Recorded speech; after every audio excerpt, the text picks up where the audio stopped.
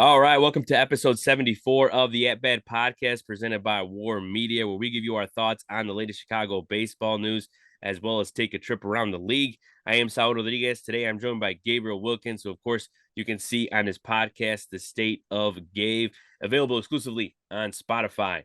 And Gabe, we're going to be joined by Miles shortly, talk all things Cubs. But how you doing today, man? How you doing? I'm doing excellent, man. I can't complain. It's fourth quarter of the year. I know everybody looking forward to the holiday season, but like I always say, no matter the weather, we got to put it together. So, just enjoying life. Oh yeah, yeah, and that's true, man. I mean, it's one of those things too. Is you got to take it, now when it's like holiday season, you kind of don't want time to go by. It's like enjoy this November, enjoy December before we get to like the dog days, January, February. So it's like Man, hopefully no snow, right? oh my, yeah, please, like anything like that. It's like one of those things. Like it's in December, you want a little bit of a flurry and just to have like a little bit of Christmas spirit, and then you get nothing, obviously. And then come January, you get like 6 inches, and I'm like, Jesus Christ. So You a it's better like, man than me, so I'm at the point in my life right now. I'm 30. If I could go to the West Coast for Christmas, I sure as hell would do it because those snowflakes is for childhood days. I'm a child at heart, Gabe. I think that's probably why. I respect it. Somebody got to keep the spirit alive. For real, as far as I know, Santa Claus is still real. That's all. That's all. You know what I'm saying? Hey, I'm Like, not look. gonna mess it up for the kids now. Hey, when the kids around, hey, it's all love. When the kids is gone, they gone. It's grown folk Yeah. time. True, true. I agree with that, man. And I'll tell you one thing though. It definitely felt like Christmas morning when we heard that Craig Counsell is the new manager of the Chicago Cubs, and it was, I mean, literally probably the most shocked I've ever been. When it comes to any type of Cubs news in the last decade or so. I mean, that's even bigger. To be honest, for me, it felt bigger than the Joe Madden move, just because it just came out of nowhere. And like Joe Madden, you kind of had a little bit of like, oh, maybe they should go for Joe Madden here, this and that. No, I think some people during the season were like, oh, they should go out there and get Craig Counsell. And I was like, I don't think it's going to happen. Like he's probably going to go somewhere else. And not to mention, I was like, David Ross still got one more deal, all in that. So that was crazy to me, for sure. But we'll get into that. Um, First, we'll talk about the White Sox. Plenty of stuff happened all over the city of Chicago. I mean, it's just insane. Just like hopefully we can fit this all in because I mean, from Craig Counsell to just David Ross being fired. I mean, that's something we'll talk about.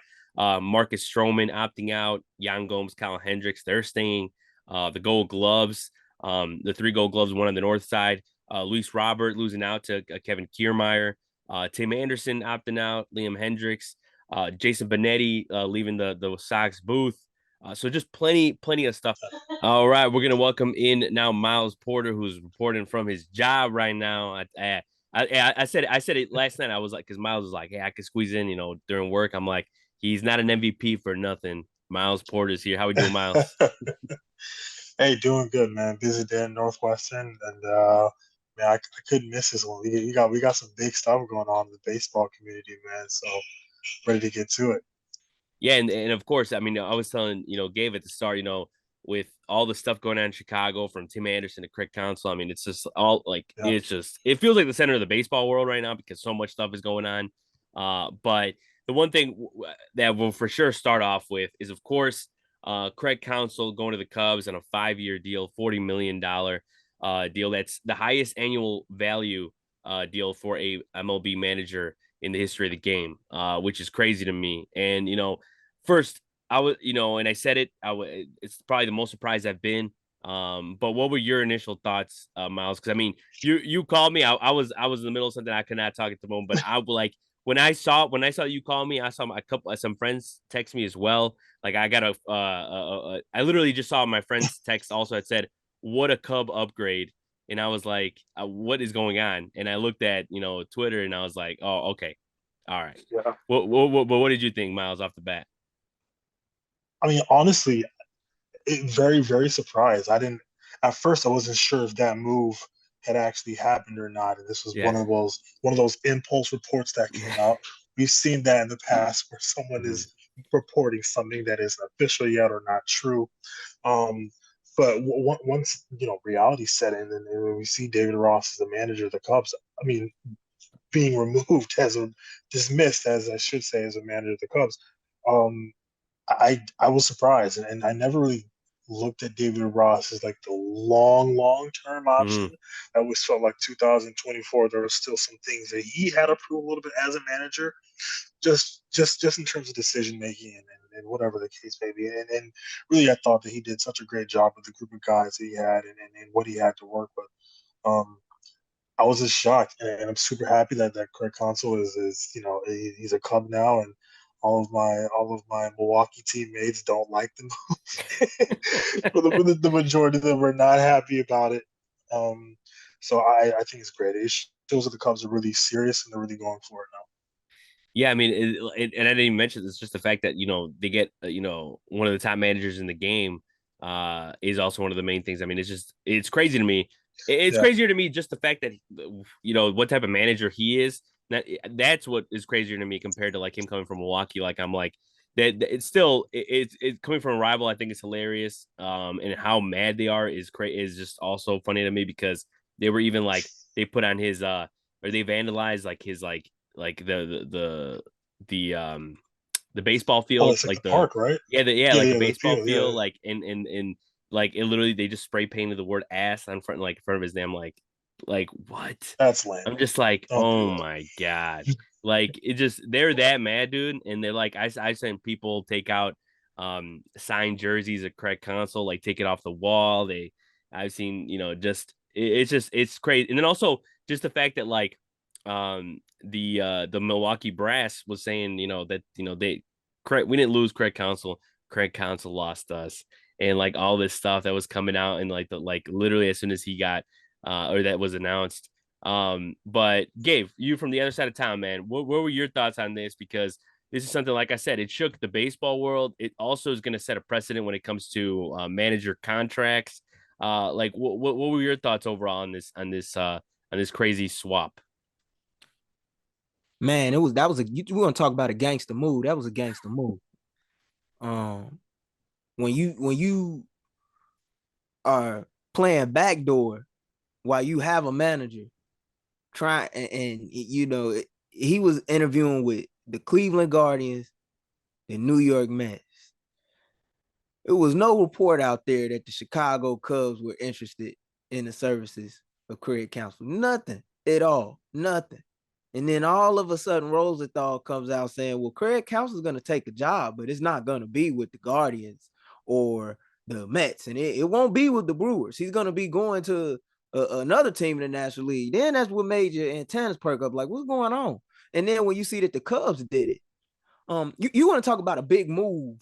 That's a huge move for the Cubs organization. And I got to give kudos to Jed Hoyer for doing something not a lot of GMs do. He had a manager in house and David Ross that worked with these young guys, helped develop them. But he saw that the way this season ended. And I think he saw how the old boss up above Enriquez was reacting to everything after the series finale and season finale in Milwaukee at the 1st of October. It was like, hey, I got to do something. Now, my question is, you paid Craig Counsell top dollar to come in here. Craig Counsell did not just come in here to just help you get to the playoffs. He came here because it's a big market. You paid him top dollar. And guess what?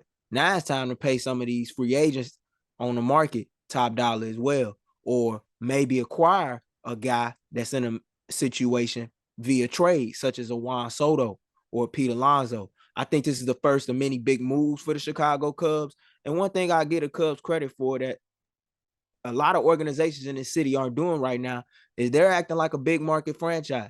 Mm-hmm. And they've seen themselves go from a team that was in a state of a flux after letting go of Rizzo, Baez, and Chris Bryant to now they got some young pieces to play with. And after getting Dansby Swanson and like, hey, they feel like they could take that next step up in the NL Central that we know is going to be up for grabs. Yeah. And I mean, and as you mentioned too, with the whole it being announced that he was going to take over a team, and they said he was going to be taking over a team that had a manager already, and a lot of people were thinking maybe it was like the Yankees or maybe it was somebody like that, but it's just the way it unraveled. I've never seen anything like it, especially because nowadays like so many leaks and all this stuff. Like the fact that there was no leaks on this is crazy to me, mind boggling. That just But makes you that's think how that it's like supposed to be. exactly, That's how exactly. it's supposed to be, man. And, And, and, and, and, and I gotta give him credit for that. yeah, and the fact and just like I think that's one of the things that some people were saying like maybe there was like over the phone, like maybe they did it, they met somewhere, a neutral setting that nobody would have thought like they did, whatever. So yeah, it's crazy, and I think that's what gets me more excited is just the fact that like they're what this means for the off season, and even, I know Jed Hoyer is always the type of dude who kind of like wants to like you know uh, kind of like calm down the fan base because I feel like at the deadline he was like, "Hey, we're just because we're winning games doesn't mean we're gonna like trade everybody this and that." And then this, right just in the last couple of days when this happened, he said, just because they did this doesn't mean they're gonna have a big off season.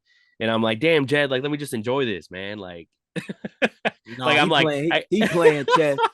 I I know, yeah, think y'all gonna have. You gotta have a big off season when you I bring in agree. Craig It's just one. Counsell. I agree. It's just one of those things where it's like, bro, it's out of the bag already. Like you Yeah, can't really play it coy no more. You're Like going for it to yeah, say you're going for it. It's fine. exactly. yeah. That's okay to say. You brought in somebody from your Yeah. own division who is a manager of the year finalist Mhm. and the manager of a team where he had 6 winning seasons, if I'm correct, in Milwaukee. And they're the reigning division champions. Like you bought a man from within your own division to Clark and Addison. No, you're not playing coy or just playing to stand pat at this time. Like it's time to win. And Yeah. Cub fans need to continue to keep that pressure on him and let him know that because hey, when you make big boy moves, people expect big boy results. Mhm.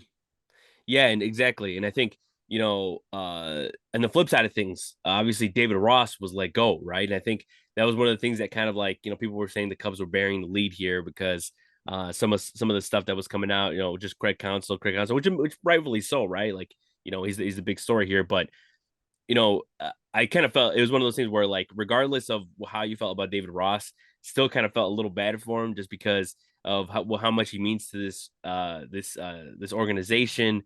You could tell he loved the job of being a manager for the Cubs, and you could tell that he really did try his best, but unfortunately, it didn't work out this year. And I think as you mentioned with Tom Ricketts, Ron Coomer said it on 670 The Score the other day, talking about how like they hadn't seen Ricketts this like in the last series of the season against the Brewers. They hadn't seen him that basically that ticked off really, and I think that kind of is one of the another things too. Which you're right, Gabe. That Jed obviously was a big part of this whole thing, but Tom Ricketts as well. It's gotta give him credit too. Like these guys teamed up to get this guy, but with the whole David Ross, just kind of want to give this guy a sign off because it's like a send off because what, like I said, what he means to the organization, what he did for the Cubs, and as much people, and we talked about it all season long, man.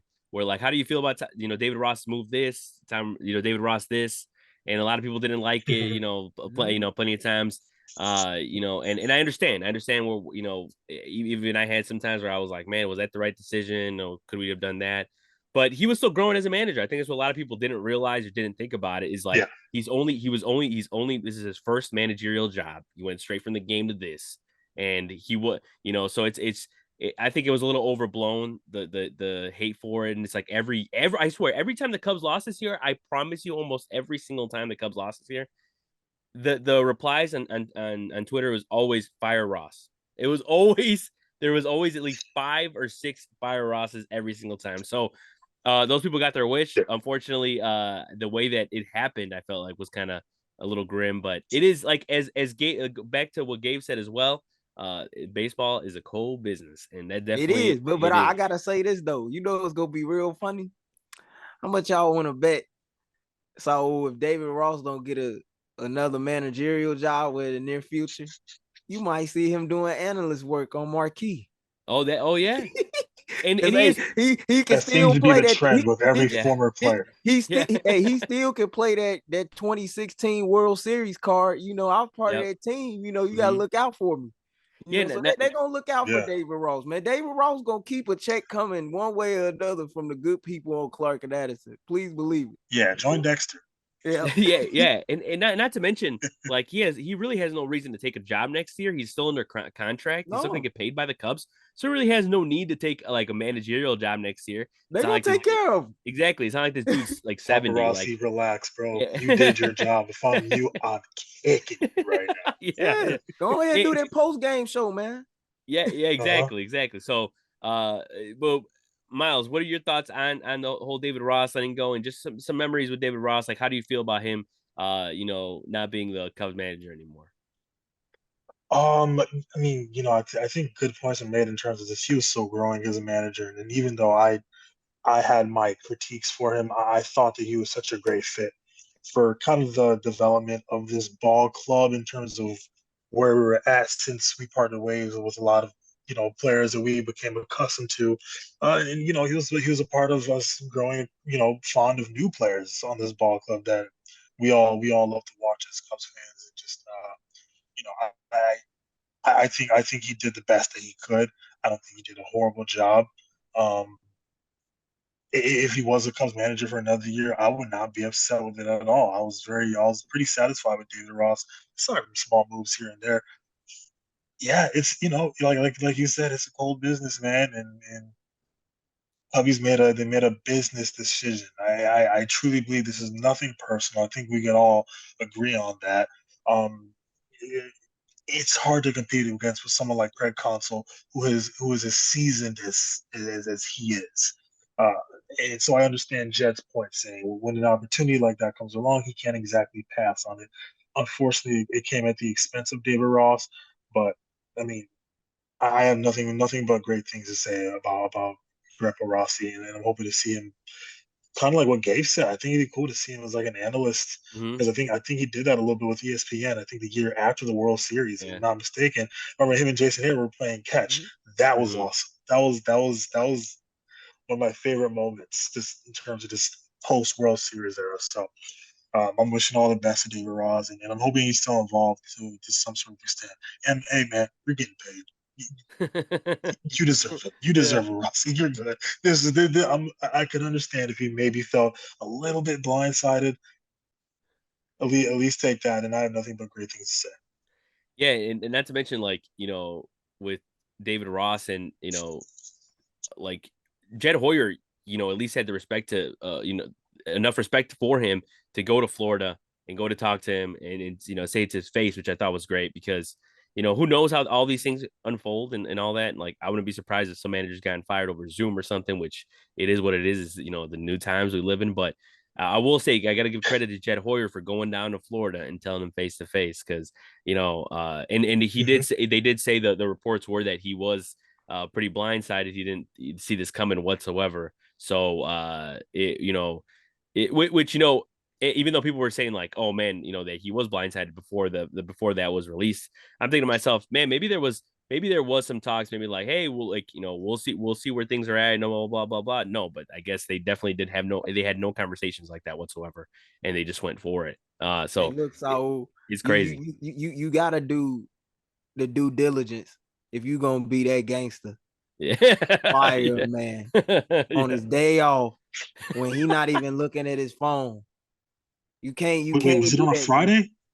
Right? Yeah, Uh, oh wait, what you say you when they fired did him it? on his day off. Yeah, It's the off he was. season. Yeah, for People real. chilling, man. He was in He, he was in Florida. He was David in Ross Florida is in like, hey, sandals, bro. my life is good. He My was life he is was good. he was in Florida in his sandals, probably just drinking a martini Man, or something that's a like. cold way to get fired, man. You gotta come to Uh-huh. me and break the news. Cause I mean, if you fire me for somebody that's well respected like Craig, okay, cool, I get it. But like, damn, Yeah, that's a that's rough that. way to lose your Yeah, job, man. Yeah, I'll tell yeah, you it's that. tough. You're right. And there's already been like people talking about like, man, what if this guy like, what if Ross goes to Milwaukee or he goes, to this is and that. I'm like, I mean, hey, can you imagine the drama though if you went to Milwaukee, like the drama, like like like just what everybody would be talking about the every time the Cubs and Brewers would play, even though they already do it already. But regardless, Yeah, the one thing I'll say about the Brewers is that they're already basically saying that they're going to have a soft rebuild, like a little bit of a rebuild, which yeah. is music to my ears. So we'll see what happens there. I gotta see about that because there's some teams in the NL Central that might want to do some business with the White Sox. So if they talk about a rebuild, that's gonna have a lot of Chicago baseball fans looking. Ooh, I mean, hey, Brandon Woodruff in a White Sox uniform, or like, or there's plenty of guys in there. I mean, in the minor league system too. Yeah, it's plenty. I take Garrett Mitchell if they want to give him up. Yeah, there you go. So there's plenty of guys there. So definitely it's gonna be something to watch out for the Brewers in general this offseason, and definitely excited to see what Craig Counsell has for the Cubs next year. Another thing, a couple other things with the Cubs we want to talk about is just the fact that some of the moves that happened. We didn't get to talk about Marcus Stroman opted out, Yan Gomes and Kyle Hendricks. The Cubs gave them the club option. They did that, and they're coming back. So it's one of those things with Marcus Stroman. I personally was surprised. I think a lot of people were surprised.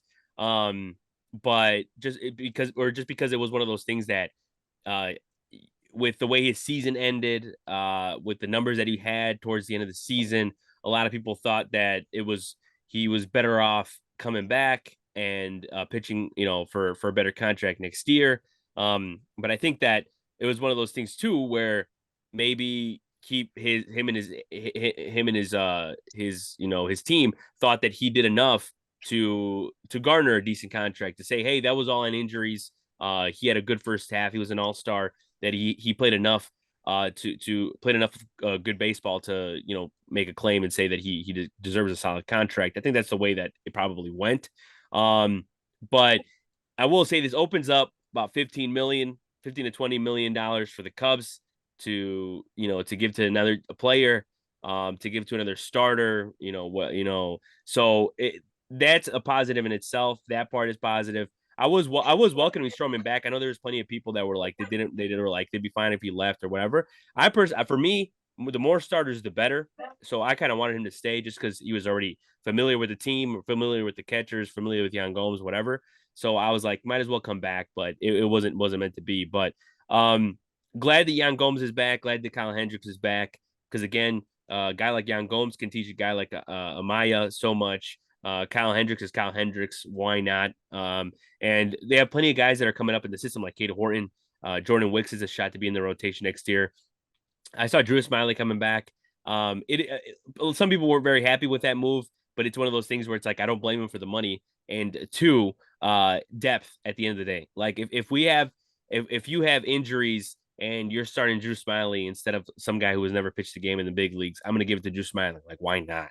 So that's a guy that he pitched well out of the bullpen. So that's another option as well. If you wanted to, play a long reliever mode, he shouldn't be pitching in the 7th or 8th inning, obviously. But he's a guy that definitely could pitch long relief roles. But Miles, which one out of these stands out to you the most? And if not, you can talk about each one of them, but anything that stand out to you or that surprised you the most? So I can't say I'm too surprised with any of these, and you want to look at Stroman. I think because of the tough half that he had going to finish the season, I couldn't say I was too surprised about that, and I also could have seen him coming back, but I think this is a good move on both sides in terms of just letting him walk. I think he's a great competitor. When he's confident, when he's healthy, and his stuff is moving, he just dots the zone, and he's just hard to make solid contact off. I think one of the things that kind of stood out to the Cubs were if Stroman is not at his best, it can be some of the most, I don't want to say the worst, but it is, he can get hit pretty hard if his stuff is not moving well. And I think we saw that this year. He caught a lot of barrels, especially in the month of September. So we want to be missing barrels for the most part. And then when it comes to Yan Gomes, his leadership, you could tell he has such a great relationship with the pitchers, and Amaya is probably learning so much from him. Hendricks, like you said, he's Kyle Hendricks, and I just think he's just a great quality pitcher to have on your ball club, and can do a lot in terms of having other pitchers look at him and take notes. So, really, I like where we're going. I think for the most part, as Cubs fans looking at this ball club, I think we're in pretty good hands right now. It took us a while. We went through some very tough times over those last few years, but I like where we are heading. And I look forward to kind of seeing how they're adding going forward. I really like Jan staying with the Cubs for sure because I think he works well with the pitchers, and he hit his ass off this year. So Yeah. Yeah, he was one of the best clutch hitters in the Cubs, which is crazy. Like late innings, like this dude came through plenty of times. yeah, So yeah, glad to have him back, and why not? Gabe, what were your thoughts on some of these guys that for example, Stroman opting out and bringing back guys like Hendricks, Gomes, and just Smiley coming back? Like those guys, obviously, a lot of those guys are depth pieces. So, what were your thoughts on that in the Cubs moving forward? As far as Stroman opting out, I don't mind that because he's gambling on himself, which is obvious. But think about how much pitching is going to be at a premium this offseason. We're going to see this offseason who really wants to win in Major League Baseball and who doesn't, based on the moves that they're willing to make, not only on the trading market, but when it comes to acquiring free agent pitchers. And even though Marcus Stroman didn't close out the year well, even though Marcus Stroman has some ups and downs along the way this season, in spite of some stellar starts that he had throughout the first half, like he could cash in with a team. So I can't fault Marcus Stroman for wanting to go on the market, knowing that pitching, especially starting pitching, is in high demand. As far as Yan Gomes, I understand that 100%. Believe it or not, Yan Gomes is the type of catcher that I had on my radar for the White Sox. Like Miles alluded to, this is a guy that knows how to manage a pitching staff 1 through 5, as well as the bullpen. Amaya can learn a lot from him. And on top of that, we saw what he was able to do with the bat. And even when he was in Cleveland, he had a silver slugger season, if I remember correctly. So like Yan Gomes has always been a steady presence. I don't mind him exercising that option. I was a little bit surprised by the Hendricks decision, but then again, he's a veteran. He's a guy that's one of the more longer tenor players on the ball club. So I understand. And when you have young arms that are soon to come up in your system, such as a K. Horton, a Ben Brown, a Jordan Wicks, who I do believe will crack the starting rotation this season based on the way he performed late last year when the Cubs were in the thick of the wild card race. You know, it's cool to have veterans like that. So all in all, I'm not surprised. I'm just more so curious to see what are they going to do on the trading front as well as free agency with some of the money that they have cleared up with the loss of Stroman, who decided to opt out and hit that market. Yeah, and it's one of those things where I mean, off season's in full swing at this point with so much going on. You got guys like Muncy, it's already signed, but we'll have plenty of time to talk about the possibilities, guys that coming in to replace and all that stuff. So, yeah, it's gonna be really fascinating to see what the Cubs do moving forward because I mean we're nearing mid-November, and a lot of the deals are gonna start happening soon, whether it be now or in December. So we'll see what happens there. The one thing I wanted to finish off with the Cubs is the Gold Gloves. Obviously, we talked about it last episode, the nominees, and now we have the winners. Ian Happ won for left field, Dansby Swanson at shortstop, and Nico Horner at second base. So the Cubs got 3 Gold Glovers. I mean, it's awesome to see because with Nico and Dansby, I definitely expected it because these 2 guys that probably have the best middle infield in the big leagues when it comes to defense. And they and when it comes to Dansby, had a solid offensive season. Nico's getting better from that end. Obviously, knocked in a good amount of runs. But happy to see. And I think me and Gabe talked about it before we came on. A little surprised Ian Happ won the Gold Glove for left field just because of his outs above average compared to everyone else. He wasn't ranked very high, and I'll just leave it at that. You can look him up. He wasn't ranked very high. But as Gabe said, you just build a reputation, and he had some great plays this season that I think stood out to many people. He has a solid arm. So, but Miles, what did you think about that? What did you think about just in general the Cubs having 3 Gold Glovers in these years winners? dude, it's awesome, and this team was it was a real treat to watch this team defensively this year, and I think a lot of the defense from these guys kind of saved us in games where there was some games where this team was not hitting, and it was the defense that really kept us in ball games to back up some of the good pitching. Um, It's great. And one thing I noticed, and even I'm taking notes as I am, playing in my career. I love how, and I, I would love to hear Gabe's take on this. So whenever you watch Dansby Swanson take a ground ball, there is so much calmness in how he goes about fielding it. It's just something I've never seen before. There's no panic. There's no panic at all. Every throw is just a smooth throw across the infield. Okay, cool. Hey, we got two down now. And it's just incredible to me. And I think it's that kind of that poise that they have defensively. I think that's what makes them good, is because they're confident in their ability. There's no reason to freak out. And I've always loved Ian left field. I've always said it since he moves from the infield. Um, yeah, so I I couldn't be more happy with these three guys getting the Gold Glove, and I'm looking forward to them kind of adding off of that. So yeah. Exactly. Yeah. I think that was one of the goals that the Cubs set out to, is build a great defense. And I think they did that. Seiya Suzuki played good defense. Obviously, Cody Bellinger played great defense. So Yeah. it's cool. It's cool to see, and it's a very important part. And I think, I mean, we saw it in some of the teams that went to the World Series with the Diamondbacks and the Rangers. Obviously, Diamondbacks had a couple issues defensively at the end, but that's how it is. Get to the big part, somebody's got to make a mistake, and it was the Mm-hmm. Diamondbacks there. But even then, they had Christian Walker, so defense is very important there. But Gabe, we'll use this as a way to transition into the Sox stuff here. But with you, what were your thoughts on Luis Robert? He missed out in the center field Gold Glove. Obviously, Kevin Kiermaier won. What were your thoughts on that? Obviously, that was a close race, but at the end of the day, how did you feel about that? And do you think Luis Robert deserved that? When it comes to that one, I feel like Lou Rob got snubbed, but at the same time, one thing I've learned about sports when it comes to awards, and it's no different no matter what sports you watch. When you play on a winning ball club, or your team is in the thick of a division race or wild card race, more eyes come on to you and what you do on a night-to-night basis. And I don't think that those eyes got a chance to really witness what Luis Robert Jr. did. And even if you look at the numbers and you compare them side by side to what Kevin Kiermaier did, Luis Robert Jr. has the advantage. I was personally of the belief that Julio Rodriguez was going to get the award in center field. And if Julio would have gotten it, I wouldn't have had an issue with it. I don't have no issue with Kevin Kiermaier getting it, but it's just something that happened.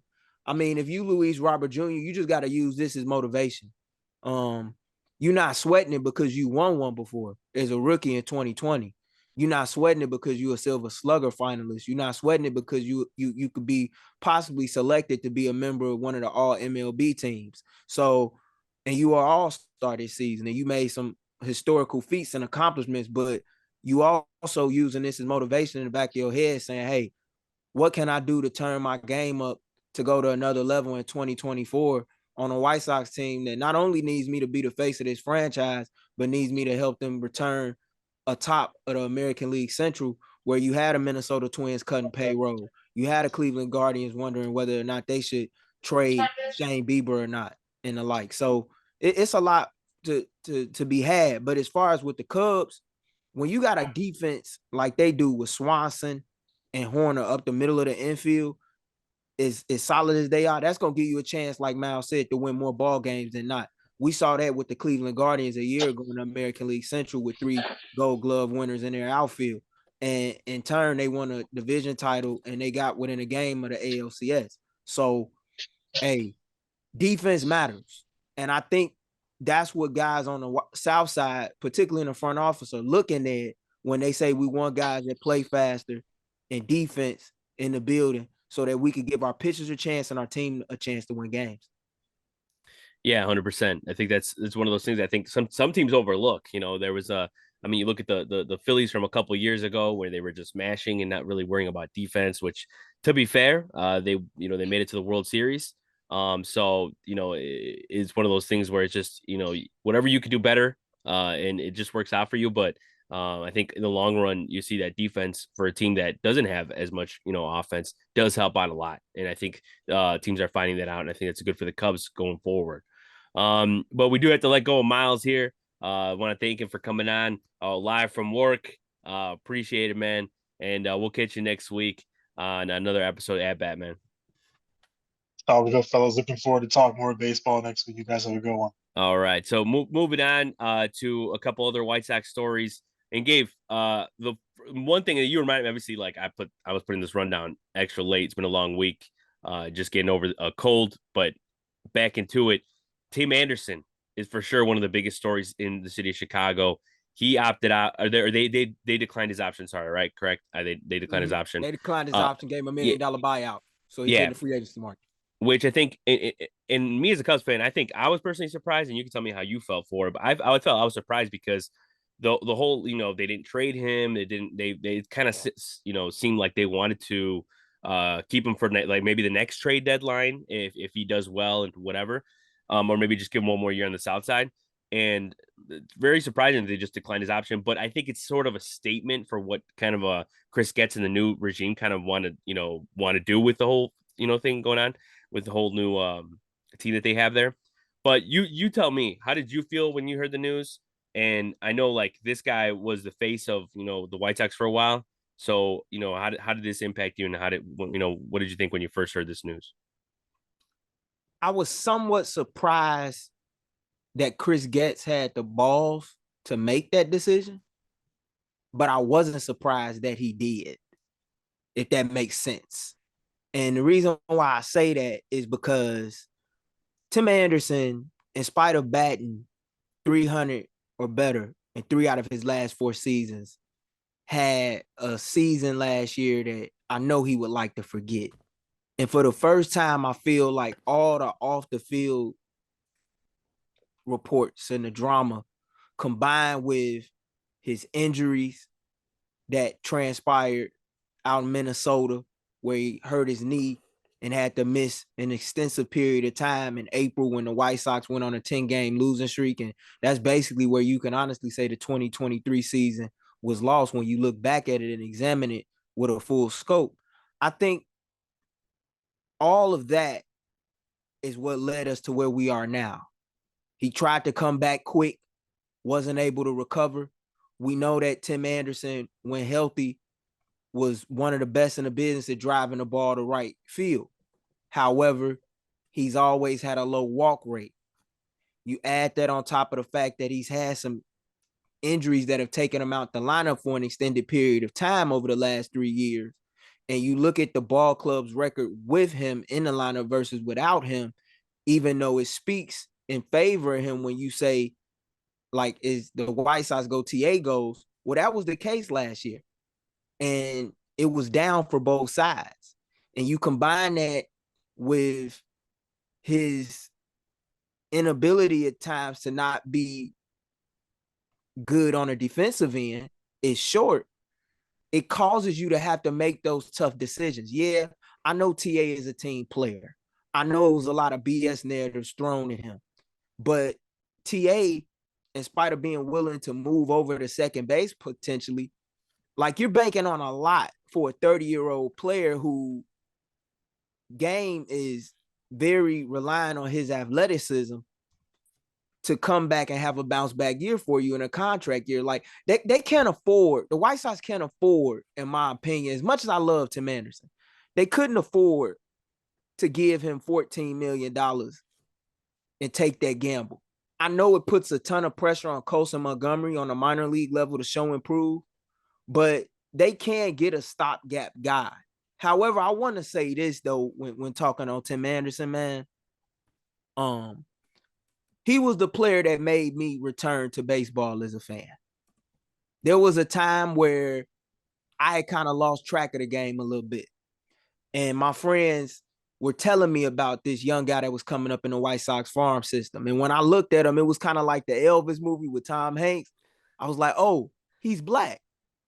I got to follow this guy, because those were the type of players that I grew up rooting for and admiring. And Tim was different than most of the clean cut guys of the 90s, like the Frank Thomases and the Michael Jordans. He spoke his language. He played the game the way that I grew up playing the game and loving the way players played, and you put all that together with his confidence, his charisma, he's going to be sorely missed because he was the leader of the ball club, and he was really the face of the team and brought them back into national prominence in a way that I hadn't seen since Frank Thomas in the 90s, and was the face of the change the game marketing campaign that will forever stand the test of time with me as a White Sox fan. And I'm thankful for the season he gave us, for the stalk off, in the Field of Dreams game, to be a black man playing on a cornfield, which once upon a time a lot of us couldn't play on. I always be thankful for the TA in that regard. So thank you, TA. It was a pleasure to have you for the amount of years you were here. And if they able to do a reunion, that would be great. But if not, I understand, because one thing about baseball, Saul, it's a cold business. And Tim Anderson's getting a dose of reality of that. But I know and believe that he'll be able to land on his feet. It's just that here, I don't think this was the best situation, honestly. I think it had worn out its welcome and its stay. And for the fans, that really rolled with TA, I know they feeling this one. I hope for the fickle fans that was off and on with him, that they realize that this is what happens when your team doesn't win. Yeah, you're right. I mean, you said it best. I mean, it's just the way baseball is. It's a cold sport. I mean, it's a cold business, and I think for the amount of time he was here, I mean, he was beloved. Even like it's one of those guys that like he, as much as he talks his smack, like it was honestly hard to hate as a Cubs fan. You can't dislike. I feel like you couldn't dislike Tim Anderson because he was good for the game. He's literally like as you say, let the kids play type of thing. Like he was one of the leaders of that. And it was cool to see him piss off people because I mean, it's just regardless of how you thought of, what you thought, it was just like he just going against the grain. I love to see that, and some of his big moments. And I mean, this is a guy that from 2019 to 2021, he had an 844 OPS and a 127 weighted runs created plus. So he put together a few really good seasons with the White Sox. That not even talking about his off the field stuff, because I mean he like obviously was a leader, one of the team leaders, and and all that. So as you mentioned too, like I think it's just one of the directions the Sox are going in. I think that they see obviously Colson Montgomery being the guy to step up, like either next season or I mean I think he probably will be there next season, whether it be mid season or whatever. I don't know how you see it, but that's just like the one of the things that, because I mean that dude's playing so well, whether it be in the minors, every level he's playing great, and then also I just saw that he won the AFL MVP. Yes, he did. So that dude rakes at every level. He looks like he's ready for the big league. So it's one of those things that it's probably the Sox were like, maybe we'll give Colson a shot.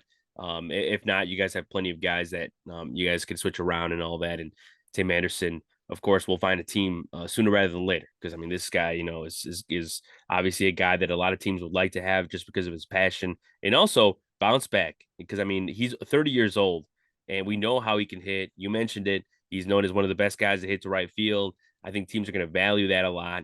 And I bet you he's going to go to the NL. I have a feeling that he's going to find like a team in the NL Central or something like the Pirates, something like that. What do you think? It's a lot of places TA could go.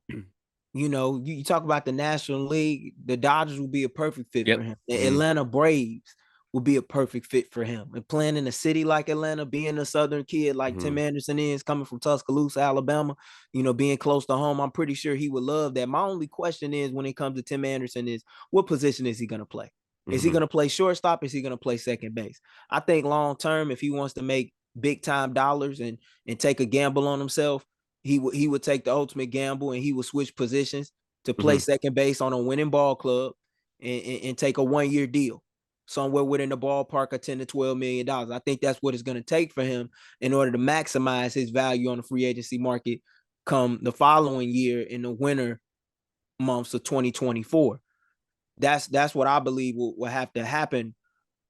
In my opinion, this is the worst time for Tim Anderson to hit the free agency market, because he's coming off of a down year. And the thing that's sad about this is, a White Sox fan, is if you had asked me 2 years ago, would the White Sox pick up his $14 million player option after the 2023 season, I'd have said that'd have been a no-brainer, because he had one of the biggest bargain contracts in all of the game. But when you combine the 101 loss season of 2023 with the fact that you need help at the catcher spot, second base, right field, and you need 3 starting pitchers, might I add, at max. It's so many other needs that you have to address. And if you're taking a gamble on Tim Anderson to be the Tim Anderson of old, and he doesn't do that, you do yourself a disservice if you're Chris Getz and you find yourself in no man's land. You saw the reports out there where they were trying to trade him before declining his $14 million option. They couldn't do it. They were trying to move him at the deadline, and they couldn't do it. And that's why I was going to so many games at the time, Saul, because I saw this day coming. Honest to God, I saw it coming. I just didn't know it would be this soon. And I think it's unfortunate that it was because of the way that the team was constructed under the Rick Hahn and Kenny Williams administration. Yeah, that's the way I saw it too. I was surprised that just like it was going to happen. I thought it was going to happen next year. Whether anything, man, whether it be he was having a tough year, DFA, or whether a trade or something, right? Like I just expect something else next year. This year that to happen this quick was really surprising. Running short on time, but we'll get to as much as we can. Obviously, with the offseason, we got plenty of time to talk about each of these things at length at some other time. But Gabe, another thing that came out this week, especially at the GM meetings, was of course Chris Getz's comments, right? Talking about how he doesn't like this team and all that. What were your thoughts on that? And just in general, the obviously the new coaching staff was announced. Marcus Timms is on there. Plenty of guys that honestly that you look at if you watch baseball for a long time, you recognize a lot of these guys that are on there. He kept a lot of guys like there's still guys on there. Ethan Katz, obviously Pedro Grifol is going to stay there. They added Matt Wise on there, Drew Butera, Grady Sizemore, former Cleveland Guardian. So, what were your thoughts overall? And just this last week for the White Sox, just being talked about in the sense of like how Chris Getz is kind of speaking his mind, which we talked about it before we came on. It's great to hear from somebody like that because you got to tell how it is, right? Yeah, absolutely. But at the same time, I think a lot of White Sox fans, including myself, we kind of tired of hearing the talk, and we want to see the talk become action. And one thing I do like about the coaching staff is that for the fans that wanted to bitch and moan and gripe and complain about how Chris Getz is hiring none but Royals guys, well, that wasn't the case. He brought in Marcus Thames, a guy that was a White Sox killer in Detroit, a guy that worked alongside of Aaron Judge, Giancarlo Stanton, and the like in New York as the hitting coach over there when they had some high-powered offenses, and is a guy that's all about making sure that his hitters attack the strike zone. And when they find a pitch that hit in that zone, that they do damage with it. I think there were far too many times where this team wouldn't pounce on pitches that were in the heart of the zone because they had a favorable count. And if he could get them to reverse that and increase the walk rate and get guys in the building being gets that are good in situational hitting environments, that's going to boost the profile of this club. And I think it's going to make the ball club a lot more competitive. As far as what Chris Guest said at the GM meetings about how he doesn't like the team, he's not alone in that assessment. But the $1 million question is what is your vision for this club? You say you want to bring more speed to this club, guys that are good on a basis.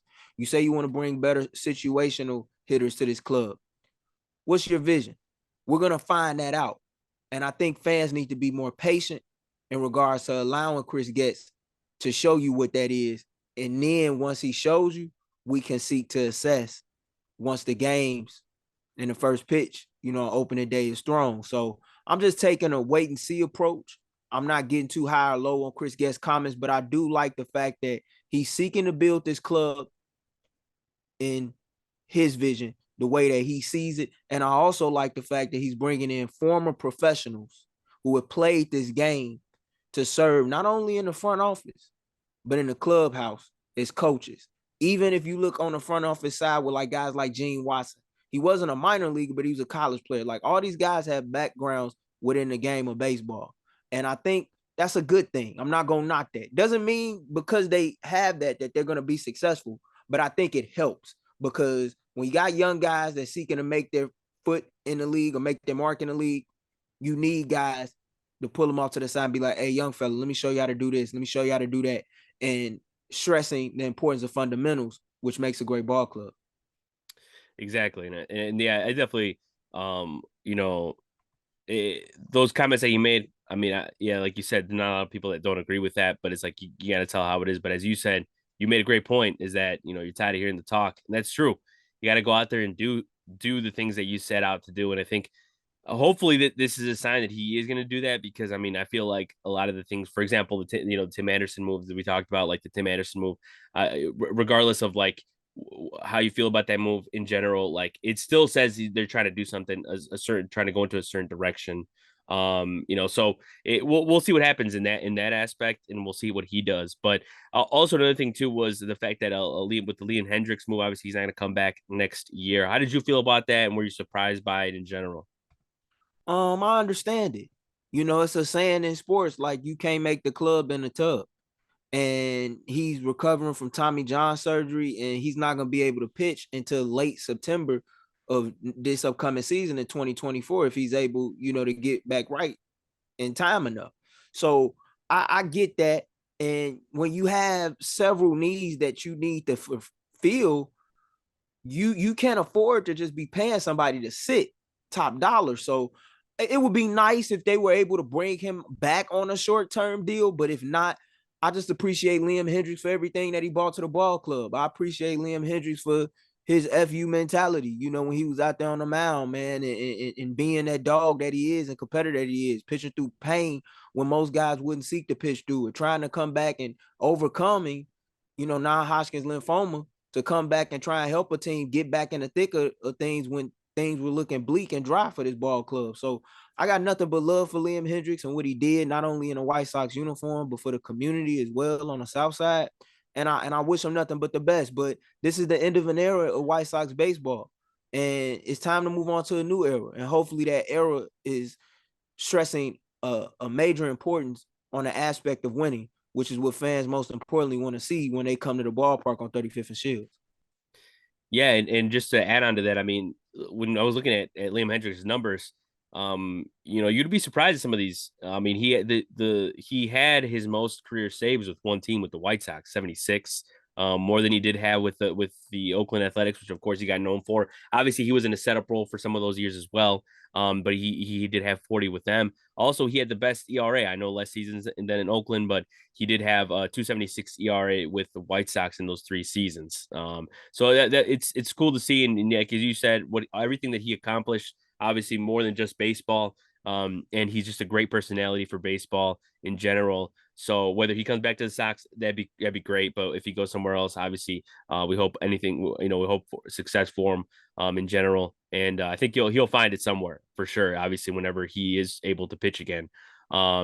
So, and another thing too that I wanted to talk to you about was, of course, one of the bigger news, one of the bigger things to come out of Chicago sports in the last 24 hours.